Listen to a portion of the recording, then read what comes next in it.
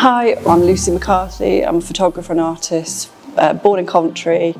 The work that's featured in this exhibition, there's several pieces, there's quite an eclectic mix. So we've got a picture of me in my rave bedroom taken by my good friend Kelly. We also have some pictures that I took of the rave culture in the 90s. They were like people that were very welcoming and friendly, so I feel like I've tried to capture that environment across to people.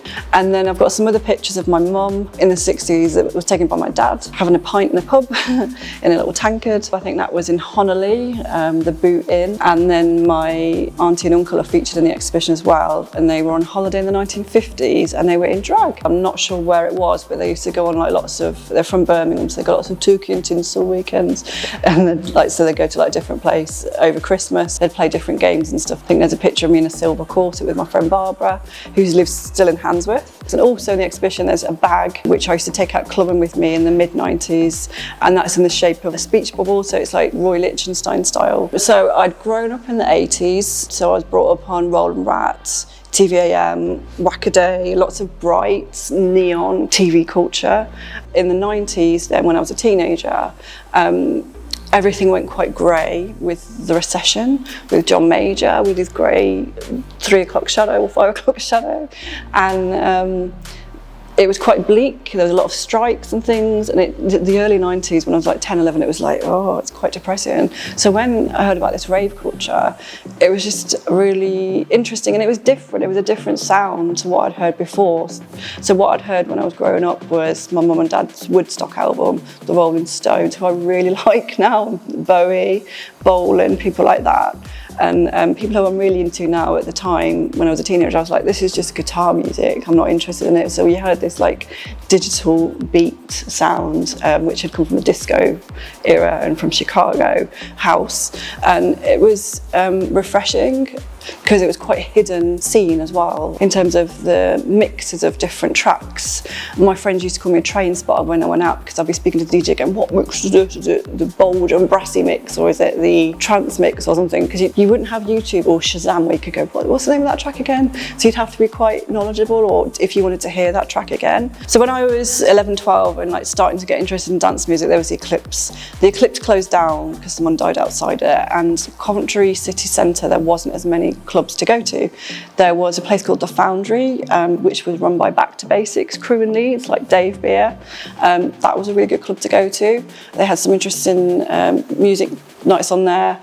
And also, like you say, Crazy Daisies I was really into, and I liked Crazy Daisies because it seemed very familiar and very friendly. It never seemed pretentious. People had to make quite an effort to get there, and because they had to make quite an effort to get there, like on the motorway, driving, train, whatever, people did actually want to be there. They weren't like miserable, they were like actually having a good time. There was no fighting. Crazy Daisies has got a special place in my heart because historically I found out years later that my auntie and uncle met there and married, and then I found out that my mum used to go there with her dad, and she used to sit outside while he was playing dominoes or something. And then I used to go to a club called Wobble in Birmingham where the dance floor moved. Clothing was different as well. And in terms of resources with clothing, it was quite difficult to get clothing cheaply. There was no Primark. There was no everything, even like things that didn't look very expensive were quite expensive. There was no Poundland.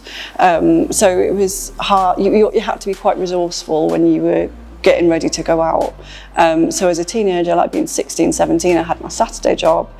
So I'd have a mix of like designer stuff that I'd save up for, and I'd wear it over and over again, and then I'd like do the other thing you could do was customization. So I'd like make my own furry bras, and my mum would help sew my furry bras and like sequin straps and stuff. When the Criminal Justice Act came in, a lot of the illegal rapes stopped. It was a changing time in Coventry and the rest of the country because different clubs were opening, like super clubs. So say for my 18th birthday I went to Cream in Liverpool. The mid-90s was a lot of like super things, like super clubs, a lot of labels, super logos, designer clothes, super DJs, like that was, I'd say that would be the birth of like where people used to kind of like worship DJs and kind of be like, they kind of started to get that kind of status where you'd be like, Pete Tong is king kind of thing. The Criminal Justice Act had come in 1994, also the need to wear kind of warm clothes when you're out clubbing in a field. That wasn't necessary anymore, and there was lots of like merging of different cultures, like gay culture,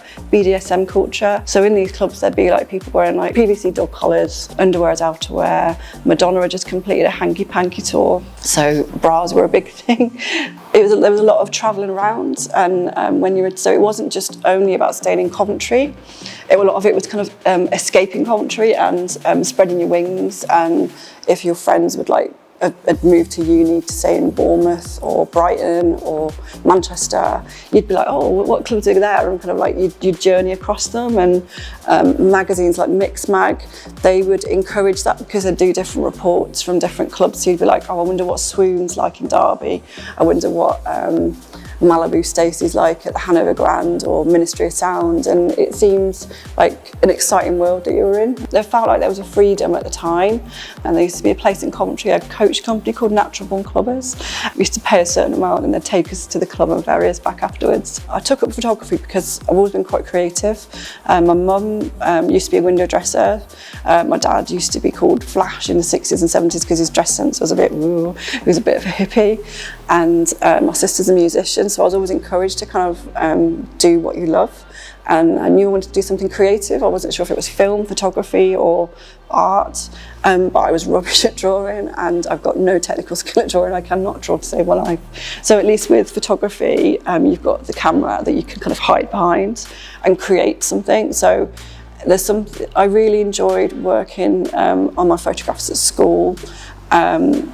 There's something quite magical about pictures kind of developing in the darkroom when you see them appear. Because I was learning photography when it was analog. There was digital was just starting to come in probably when I was doing my degree. So I was doing my degree in like 1999. So in 1996, everything was filmed. There wasn't much Photoshop around, and if it was very expensive. So you couldn't waste film. You had to really work out what the techniques of photography were, like what the depth of field was going to be, what kind of lens were you going to use, what level of flash, how you had to kind of think, how do I want these photographs to turn out? And I just wanted to capture the atmosphere of the places and the people, because I found the people really welcoming. So Museum of Youth Culture, I got in touch with them about 2015, and they got me involved in a show in Shoreditch. I think they had like 55,000 submissions of pictures, and they chose I think 5 or 6 of my images. I never thought my rave stuff would be successful. I liked the imagery, but when I looked back on it, say in like 2003, 2004, I always thought it was quite dated. What was good about the 2015 kind of time, the 90s, had a real big interest again. What's really nice now is that my work that I've taken of people in Coventry and Warwickshire is being shown in Coventry, again, to Coventry people.